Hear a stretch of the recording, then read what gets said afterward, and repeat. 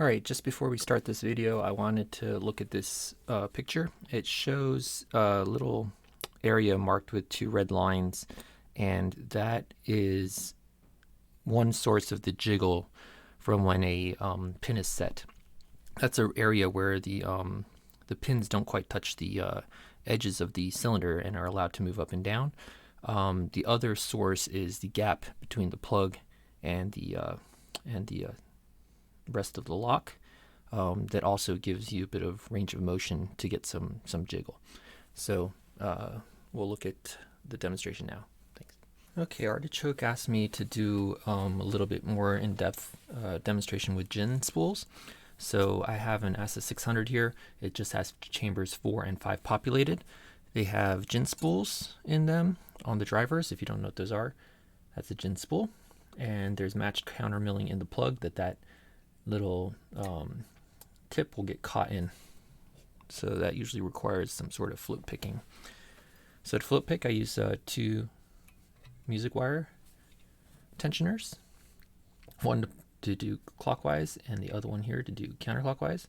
I usually hold them like this, but for the video I'll hold it from behind the plug or behind the lock. Sometimes I get asked like, oh man, you have access behind the lock, that makes easier to pick a lock. Well, usually I'm picking it like this in front of the lock, but of course on camera you can't see anything, so I reach around behind the lock, which is actually more uncomfortable and more difficult, but that's just for the camera.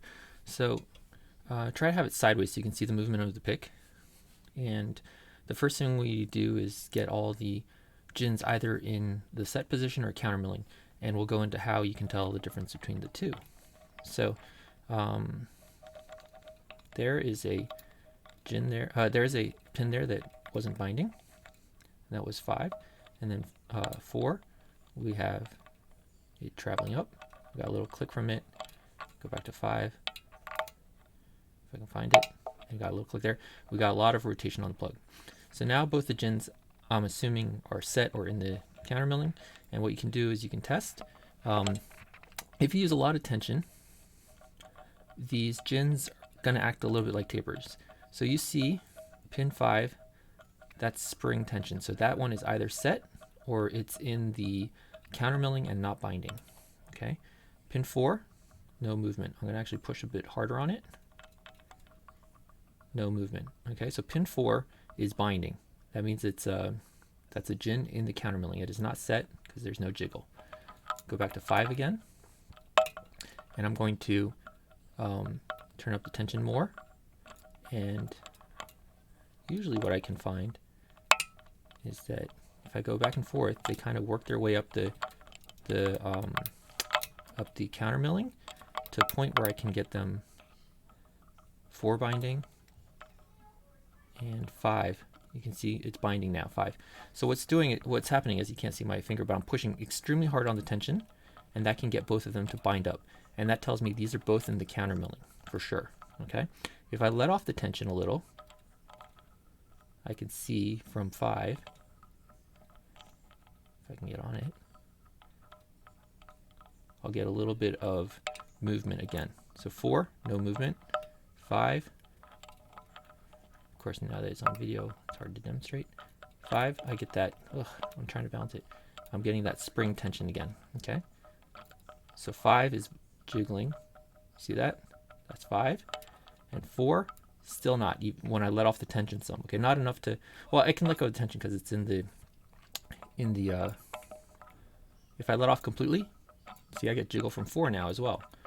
Okay, but if I turn up the tension, no more jiggle from 4, it's binding. And 5, if I can get on it, is jiggling. All right, so what this is telling me is 4 is binding, 5 is jiggling, 4 is the next one to set, in my opinion. So what I'm going to do is I'll counter rotate, and I'll bounce the pick on 4, and there, I got it set. Now, I was also told it's easy to overset at this point, but I'm pushing pretty hard, and I'm not oversetting, so I'm not sure what that is.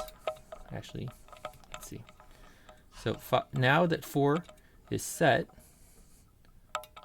let me see if I got it set actually. Let 5 drop more in there. Maybe I didn't set 4 now. Maybe I let it drop back down, but let's see. Nope. 4 is jiggling. It's not much. but it is jiggling.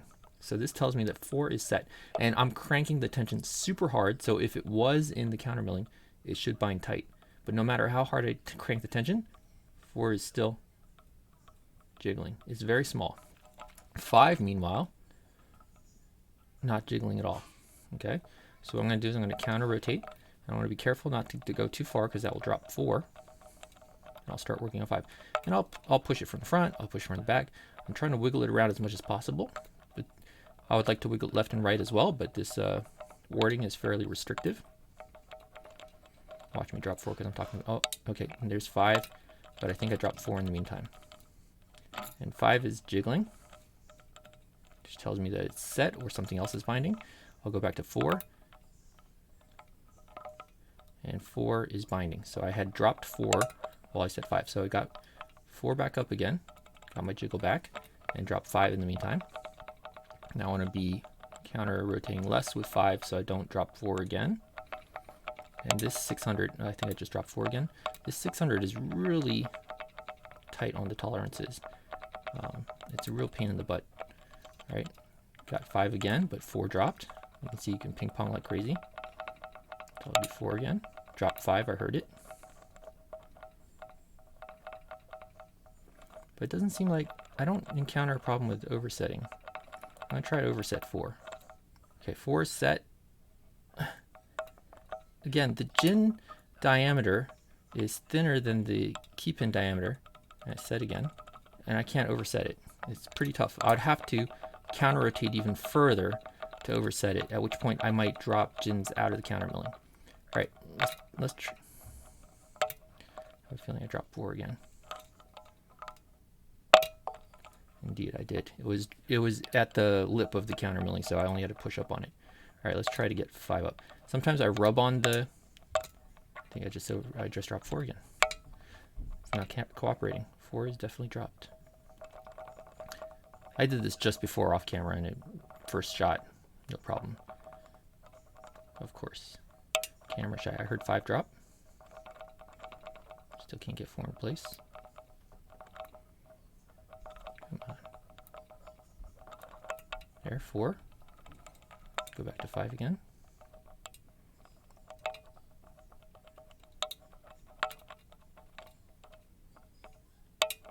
Nope. Keep dropping 4. Anyways, I don't know if I want to keep going at this. It's going to be a 10-minute video. I'll go back to 4 is binding, so it did drop out of the set. 4 is set now, I'm pretty sure.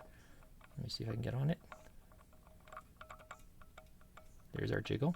It's very small. It's more you hear it than you can see it. You can hear the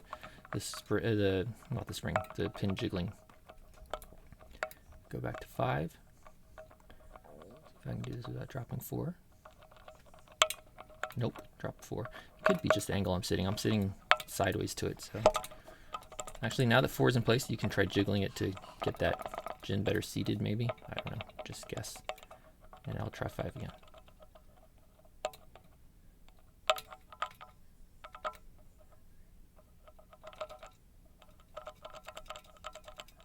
I think 4 dropped to the top of the milling.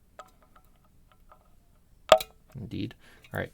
So what happened there was I had got 5 up, but 4 had just dropped so that the this lip was sitting at the edge of the shear line. Right. It hadn't quite dropped into the count. It hadn't quite dropped down to. So it's like that. It hadn't quite dropped down to that. So it was right there. I was able to hold it there, push 5 up, and then I could go back to 4 and just kind of nudge it up, and that's how that got open. Anyway, sorry, longish video because I got stuck, but you got to see me jiggle test over and over and show the different states. So the 3 states, well, once you get the false set, the 3 states are either the pin is binding, and that one is the next one to be picked, in my opinion. You can get multiple to bind that are in counter milling by cranking up the tension, but if you're light on the tension and you work them up like tapered so that they're all at the top part of the counter milling, only one of them will bind, while the rest of them will jiggle in the counter milling. That jiggle is a bit bigger. You can crank up the tension to get rid of that jiggle to prove that it's in the counter milling, and the ones that are set have that tiny bit of jiggle that's better heard than felt. anyhow, that's a demonstration of gins and countermilling. Thanks.